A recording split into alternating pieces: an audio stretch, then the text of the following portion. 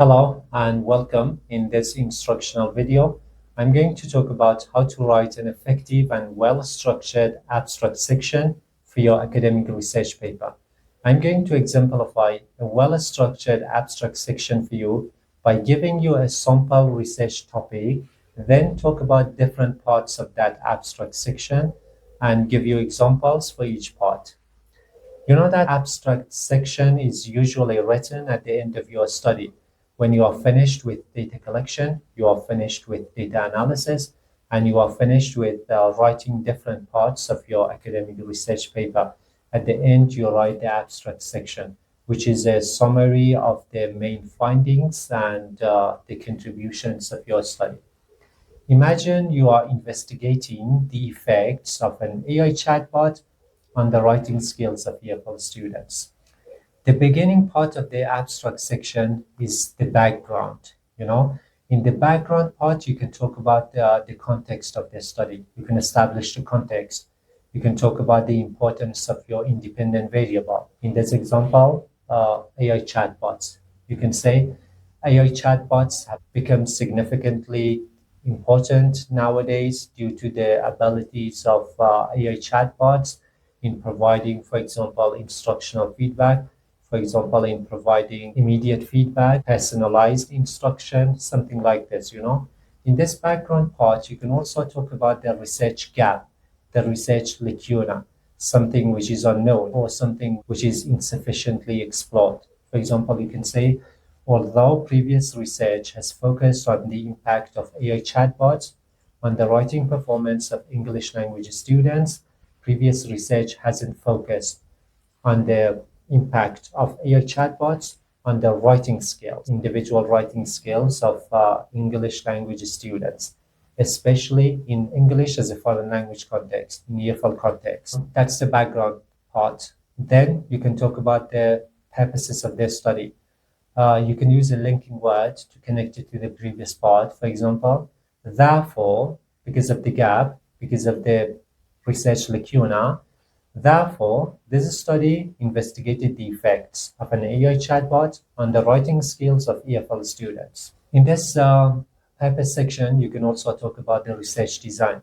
Imagine you follow a mixed methods research design. For example, you can say, adopting a mixed methods research design, the current study investigated, explored the effects of an AI chatbot on the writing skills of EFL students. The paper sections should be brief and to the point, like the other sections. Then you can talk about the method. In the method part, you can talk about the participants, you can talk about the instructional procedures, you can talk about the data collection instruments, both for the quantitative phase and the qualitative phase. For example, you can say 40 EFL students participating in this study, 20 in the experimental group and 20 in the control group, the participants. Then you can talk about the instructional procedures. For example, you can say, in the experimental group, the students had collaborative writing activities during the class time, and outside the class, they had interactive one-to-one writing activities with the AI chatbot.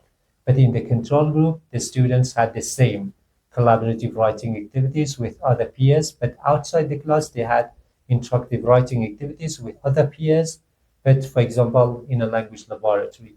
You need to control for everything except the treatment, which here in this case is AI chatbot, because you want to explore the effects of this on the students' writing skills.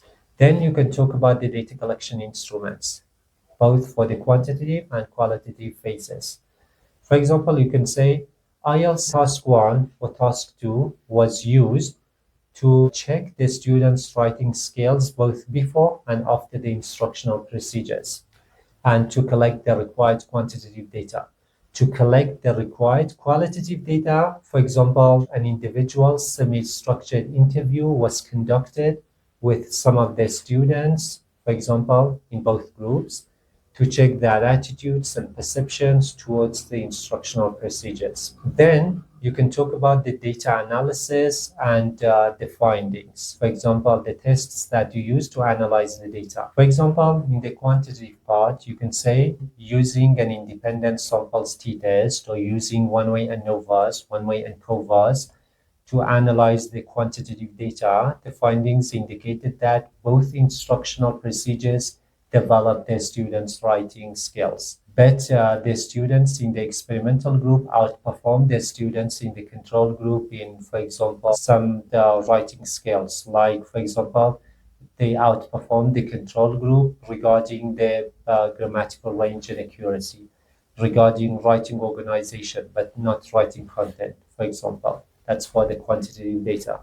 Then qualitative data. For example, you can say using the thematic analysis to analyze the qualitative data, the findings indicated that the students in both groups had positive and negative attitudes and perceptions towards the instructional procedures, but you don't talk about the details.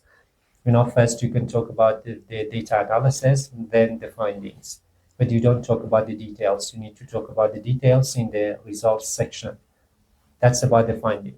Then the implication, again, brief and to the point. For example, you can say the findings could be beneficial, could be fruitful for EFL instructors because they can adopt, they can utilize AI chatbots in their writing courses to develop their students' writing skills. That's a well-structured abstract section, and you need to regard all the steps if you want to write a well-structured abstract section for your academic research paper.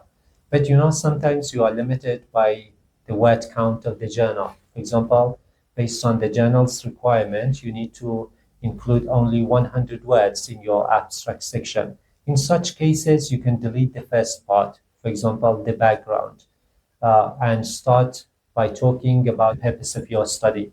Then the method, the participants, the instructional procedures, and the data collection instruments, then the data analysis and the findings.